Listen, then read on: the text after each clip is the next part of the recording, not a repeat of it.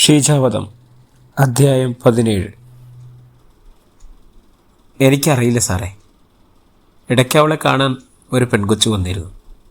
ഇവിടെ അടുത്തെവിടെയോ ഉള്ളതാണ് എന്നാണ് പറഞ്ഞത്. അമ്പലത്തിൽ പോകുന്ന വഴിക്ക് ഷീജയെ കാണാൻ വന്നതാണ് എന്നും എന്നോട് പറഞ്ഞു. പക്ഷേ ഒരു ദിവസം വന്നാൽ അത് അമ്പലത്തിൽ പോകുന്ന വഴിയാണ് എന്ന് പറഞ്ഞാൽ വിശ്വസിക്കാം. അത് എപ്പോഴുമായാൽ എങ്ങനെ വിശ്വസിക്കും? ഞാൻ ആ കൊച്ചിനോട് ചോദിച്ചു, എന്താണ് നിൻ്റെ ഉദ്ദേശം? എന്തിനാണ് എൻ്റെ കൊച്ചിനെ നോക്കി ഇങ്ങനെ വരുന്നതെന്ന്. അന്ന് ആ കൊച്ച് തിരിച്ചുപോയി. പിന്നെ ഞാൻ ആ കൊച്ചിനെ കണ്ടിട്ടേ ഇല്ല സാർ. അതൊരു പെൺകുട്ടിയല്ലേ? ഷീജയെ കാണാൻ ഒരു പെൺകുട്ടി വരുന്നതിൽ എന്താണ് അസ്വാഭാവികത? സത്യൻ്റെ ചോദ്യത്തിൽ അവരുടെ മുഖമൊന്ന് താണു. പേടിയാണ് സാറേ. മൂത്തവളുടെ അവസ്ഥ ഇളയവൾക്ക് വരാതെ ഇരിക്കാനുള്ള കരുതൽ. നല്ല കുട്ടിയായിരുന്നു മൂത്തവൾ. നല്ല സൗന്ദര്യവും കരുതലും ഒക്കെയുള്ളവൾ. അവളെ കണ്ണും കലാശവും കാട്ടി അവൻ ചാടിച്ചു കൊണ്ടേയി സാറേ. പിന്നെ ഇളയതിൻ്റെ കാര്യത്തിൽ എനിക്ക് പേടിയില്ലാതിരിക്കുമോ? അവളോടി പോയാൽ പിന്നെ ആരാണ് എനിക്കുള്ളത്? അതിന് നിങ്ങൾ ഷീജയുമായി വഴക്കിട്ടിരുന്നോ? ഉവ്വ് സാറേ. അല്ലെങ്കിലും കൊച്ചുങ്ങൾ വലുതായ കാരണവന്മാർ പറയുന്നതും ചെയ്യുന്നതും ഒക്കെ കുറ്റമാണല്ലോ. അന്ന് ആ പെൺകുട്ടിയോട് ഞാൻ മോശമായി പെരുമാറി എന്ന് പറഞ്ഞ് അവൾ എന്നോട് വല്ലാതെ ശബ്ദമുണ്ടാക്കി. ഭക്ഷണം കഴിക്കാതെ കിടന്നു. മൂത്ത മോളെ ഇവിടുന്ന് കല്യാണം കഴിച്ചത്? തോമസ് സാറിൻ്റെ പറമ്പിലെ പണിക്കാരനായിരുന്നു അവൻ. ഒടുവിൽ അവൻ കണ്ണും കലാശവും കാണിച്ച് മൂത്ത മോളെ കൊണ്ടുപോയി. പക്ഷേ ഇളയ കൊച്ചിനോട് അവന് ഭയങ്കര സ്നേഹമാണ്. ഷീജ എന്നോട് തെറ്റിയാലും വഴക്ക് പറഞ്ഞാലും ഇവൻ വന്ന് സംസാരിച്ചാൽ അവളങ്ങ് പെട്ടെന്ന് റെഡിയാവും.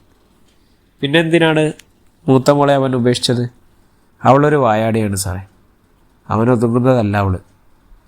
ഇപ്പോൾ അയാൾ എവിടെയുണ്ട്? ഷാൻഡോ, അതാണ് അവൻ്റെ പേര്. പക്ഷേ ഇപ്പോൾ ചെറിയൊരു മാനസികമൊക്കെയാണ്. ഷീജ കൊച്ചിൻ്റെ മരണത്തിന് ഏറ്റവും അധികം വേദനിച്ചതും അവനായിരുന്നു സാറേ. മരിക്കുന്നതിൻ്റെ തലേന്ന് ഞാൻ ജോലിക്ക് പോകാൻ നേരം അവൻ കാലികളുമായി ആ പറമ്പിലുണ്ടായിരുന്നു. എന്നാ അമ്മയെ വിശേഷമെന്ന് ചോദിച്ചപ്പോൾ ഞാൻ പറഞ്ഞു, എടാ അവൾ തെറ്റി നിൽക്കാമെന്ന്. ഈ പെണ്ണിൻ്റെ ഒരു കാര്യമെന്ന് പറഞ്ഞ് അവനൊന്ന് ചിരിച്ചു. എന്നിട്ടെന്താ? പിന്നെ ആ കൊച്ചിൻ്റെ ശരീരം കണ്ടപ്പോൾ അവനൊരു അലറി കരച്ചിലായിരുന്നു, ഒരു ഭ്രാന്തനെ പോലെ സാറേ. ഇപ്പോൾ ഇതൊക്കെ നടന്നിട്ട് ഇത്രയായില്ലേ? ഇനിയും അവൻ സാധാരണഗതിയിലേക്ക് തിരിച്ചു വന്നിട്ടില്ല.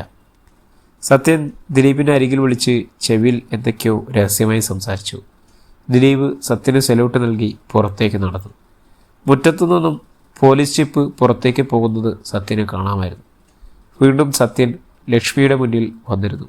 ലക്ഷ്മി അയാളെ ഒന്ന് നോക്കി. ഷീജയുടെ മരണത്തിന് ശേഷം പലരും സാമ്പത്തിക സഹായം വാഗ്ദാനം ചെയ്തിരുന്നില്ലേ? ആ പൈസയൊക്കെ എന്ത് ചേച്ചി? ചുമ്മാതെ സാറേ, ആരും ഒന്നും തന്നിട്ടില്ല. എല്ലാവരും പരസ്യത്തിന് വേണ്ടിയും ബാക്കി സ്വന്തം ചാനലുകളുടെ റീച്ചിന് വേണ്ടിയും ചെയ്തു കൂട്ടിയതാ. ആരും ഒന്നും തന്നിട്ടില്ല. അങ്ങനെ തന്നിരുന്നുവെങ്കിൽ എനിക്കിങ്ങനെ അലഞ്ഞു തിന്നേണ്ടി വരുമായിരുന്നോ? എന്നാ ചേച്ചി പറ, തോമസ് സാർ എന്ത് തന്നു? എനിക്കെന്തിനാ സാറേ തോമസ് സാറ് പൈസ തരുന്നത്? ചേച്ചി, നാടകം കളിക്കാതെ പറയാൻ നോക്ക്. മോളെ കൊന്നതിന് തോമസ് സാർ എത്ര തന്നു?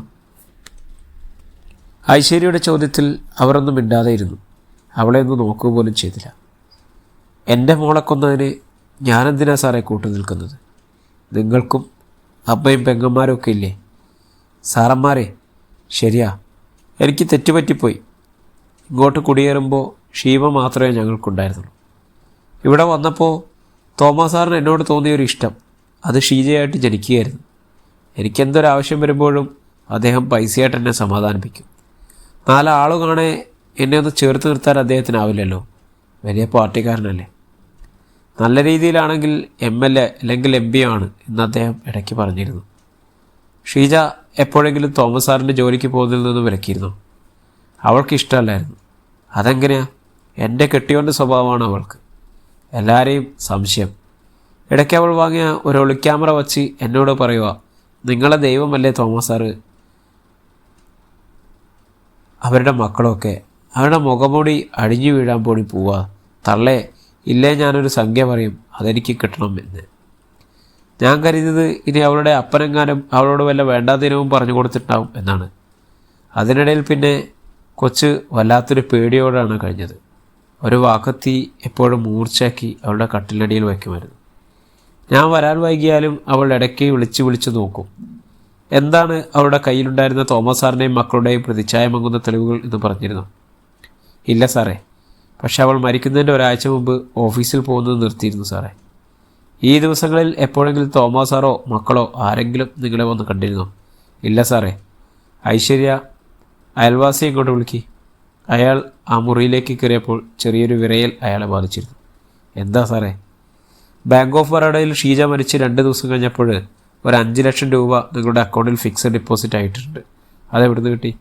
സാറ്, അത് ഭാര്യയുടെ കുടുംബശ്രീയിൽ നിന്ന് കിട്ടിയതാണ്. പക്ഷെ അങ്ങനെയല്ലല്ലോ തെളിവുകൾ കാണുന്നത്. തോമസ് സാറിൻ്റെ മകൻ ജോണി അന്നേ ദിവസം നിങ്ങൾ പൈസ ഡെപ്പോസിറ്റ് ചെയ്യുന്നതിൻ്റെ 2 മണിക്കൂർ മുമ്പ് അതേ ബാങ്കിൽ നിന്നും 5 ലക്ഷം രൂപ പിൻവലിച്ചിട്ടുണ്ട്. ബാങ്ക് തുറന്ന ഉടനെയുള്ള ട്രാൻസാക്ഷൻ ആയതുകൊണ്ട് ആ നോട്ടിൻ്റെ സീരിയൽ നമ്പർ അവർ മാർക്ക് ചെയ്ത് വെച്ചിരുന്നു.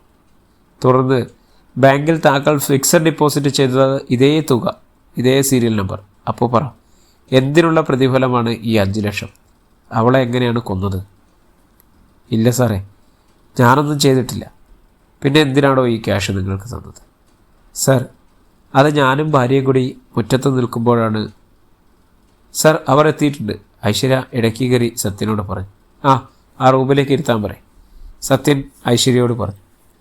ബാക്കി പറയും. ഞാനും ഭാര്യയും മുറ്റത്ത് നിൽക്കുമ്പോഴാണ് ഷാൻഡോ ആ വീട്ടിൽ നിന്നും ഇറങ്ങിപ്പോകുന്നത്. താരതമ്യേ നല്ല തണുപ്പ് ദിവസമായിരുന്നു. ഉടുത്ത മുണ്ടുകൊണ്ട് മുഖം തുടച്ച് അവൻ ചുറ്റും നോക്കി നടന്നുപോയി. ഒരു മണിക്കൂർ കഴിഞ്ഞു കാണും സാർ. ജോണി സാറ് വന്നായിരുന്നു. കൂടെ ഒരു പൂജാരി ഉണ്ടായിരുന്നു. ഒരു അരമണിക്കൂർ കഴിഞ്ഞപ്പോൾ അവർ പുറത്തേക്ക് ഇറങ്ങി വന്നു. നോക്കിയപ്പോൾ എന്നെയും ഭാര്യയും കണ്ടു. പതിയെ ഞങ്ങളുടെ അടുത്ത് വന്നു. എടാ, നിൻ്റെ എത്ര സെൻറ്റ് സ്ഥലമാണ് വിൽക്കാൻ എന്ന് ചോദിച്ചു. ഞാൻ കാര്യങ്ങൾ പറഞ്ഞു കൊടുത്തു. ലക്ഷ്മി ഈ സ്ഥലം വിൽക്കാൻ പറഞ്ഞിട്ടുണ്ട്. അതിൻ്റെ ഭാഗമായി സ്ഥലമൊന്ന് നോക്കാൻ വന്നതാണ് എന്നും ഇവിടെ ആരെയും കാണുന്നില്ലല്ലോ എന്നും അയാൾ പറഞ്ഞു. ഞാൻ പറഞ്ഞത് ഷീജ ഓഫീസിൽ പോയതോ അല്ലെങ്കിൽ കോളേജിൽ പോയതോ ആവുമെന്നാണ്. എന്നിട്ട് വേറെ ഒന്നുമില്ല സാറേ. നമ്മുടെ പുരയിടത്തിൽ കുറച്ചു നേരം നിന്ന് അവർ ആ തോട്ടിലേക്ക് ഒന്നിറങ്ങി മുഖവും കൈയും കാലും ഒക്കെ ഒന്ന് കഴുകി അവർ ആ വണ്ടിയിൽ തന്നെ കയറിപ്പോയി. എന്നാലും ആ പൈസ അക്കൗണ്ടിൽ വന്ന കഥയായിട്ടില്ലല്ലോ മോനെ. സത്യൻ ബൂട്ട് കൊണ്ട് അയാളുടെ പെരുവിരൽ അമർത്തിക്കൊണ്ട് ചോദിച്ചു. അയാൾ അലറി വിളിച്ചുകൊണ്ട് സത്യന് നേരെ കൈനീട്ടി.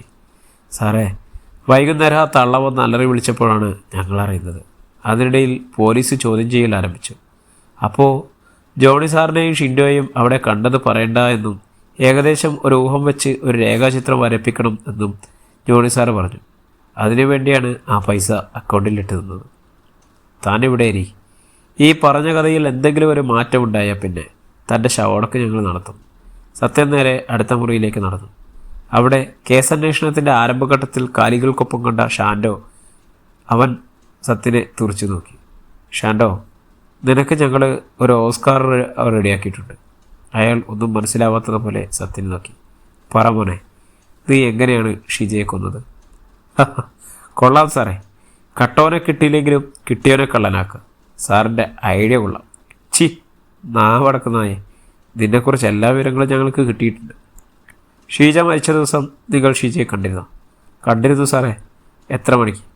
രാവിലെ അമ്മ പോകുമ്പോൾ എന്നെ കണ്ടിരുന്നു. തെറ്റിക്കിടക്കാണ് എന്ന് പറഞ്ഞു അമ്മ. ഞാൻ വീട്ടിൽ പോയപ്പോൾ അവ കമന്നുകിടന്ന് കിടക്കുകയായിരുന്നു. പ്രിയപ്പെട്ടവരെ, ഈ കഥ ഇവിടെ തുടരുകയാണ്. ഇതിൻ്റെ അടുത്ത അധ്യായത്തിനായി നമ്മുടെ ചാനലൊന്ന് സബ്സ്ക്രൈബ് ചെയ്യുക, ബെല്ലൈക്കൺ അമർത്തുക. നാളെ വീണ്ടും ഈ കഥയുടെ അടുത്ത ഭാഗമായി നമുക്ക് കാണാം. അപ്പോൾ എല്ലാവർക്കും നന്ദി, നമസ്കാരം. ബൈ.